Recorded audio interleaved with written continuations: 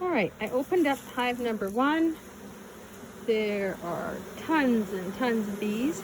See these little things here? This is a strip of miticide. So it'll stop the mites that are growing on their bodies. We put it right in here in the bottom where the brood is so that they can walk all over it. And here in the top, this is the top box, it's just chock-a-block full of bees and tons of honey. Let's see if we can get a frame out of here. Let's grab my tool and look and see if we can't get one of these out so you can have a look. There, that one came out pretty well.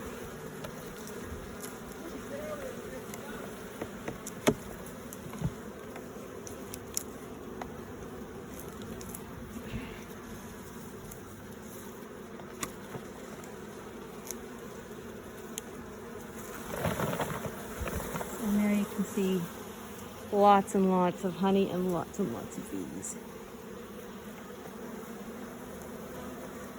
Just gonna put this back in here again.